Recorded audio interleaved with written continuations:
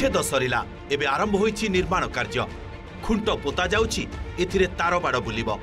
गछगुड़िकु marking करा जाइछि त्वरित पर्यायर चलिछि रास्ता ओ ट्रेन काम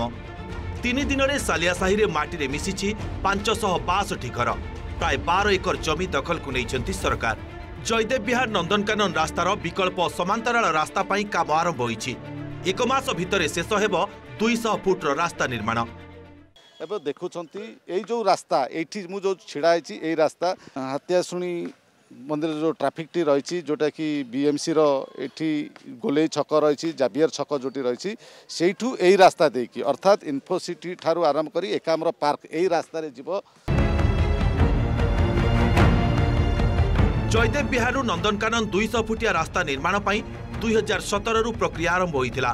नंदनकानन रु सालियासाही भुआशुणी मंदिर पर्यंत रास्ता ट्रेन आलोकीकरण सरीथिबा बेले सालियासाही भुआशुणी मंदिर रु जयदेव विहार एकाम्र कानन पार्क पर्यंत रास्ता निर्माण को विरोध करुथिले किछि जबरदखलकारी 900 मीटर रास्ता पई 8 वर्ष हेबो अपेक्षा करी रहिथिले राजधानीवासी शेषरे उच्छेद प्रक्रिया सरीथिबा बेले रास्ता और ट्रेन निर्माण पई बाट फिटिछि देखो रास्ता पूरा कंजेस्टेड थिला देखुथिबे केते एक्सीडेंट केते कोन होउतला किंतु सरकार जो पदक्षेप नहीं पूरा स्वागत योग्य कहीं लोक मैंने बुझी पार नथिले आपण देखिथिबे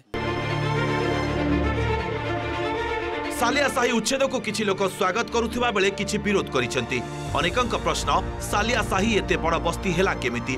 35 वर्षरु ऊर्ध्व समय हेबो एठारे रहउतबा कृष्णचंद्र जेना कहिसेंती 1990 मसिहारे भुवनेश्वर उन्नतिमूलक काम पई आसुथिबा श्रमिक एठारे रहिथिले अल्प घर थिला धीरे धीरे लोक संख्या बढ़िला पानी बिजुली रास्ता सबुकिछि सुविधा मिलीगला किछि बड़ बाबू राजनेता भोट पाई राशन कार्ड आधार कार्ड जोगाई देइथिले पूर्वरु जदि ए उपरे दृष्टि दिया जाइथांता ताहले एते बड़ बस्ती सृष्टि होई पारि नथांता बोली कहिसेंती किछि नथिला खाली हमें ताटवाड़ी करिकि थिले बे लोक संख्या बढ़ी गेला घर संख्या बढ़ी गेला किए कुआडे थिला आसिक चुपचाप एठी रही गले एबेर सालेसाई पर कहलानी मु पूरा ओल्ड टाउन टू बळी गेलानी सालियासाही रे घर उच्छेद परे निज दखल को नैचंती सरकार खेल पड़िया चारि पाखरे तारबाड़ बुलाइबा पई प्रक्रिया आरंभ होईछि जंगल विभाग पक्षरु प्राय 200 गछ चिन्हट करा जाई तार गोलेई एवं उच्चता मपा जाईछि समस्त कार्य सरिबा परे रास्ता और ड्रेन कार्य संपूर्ण हेबो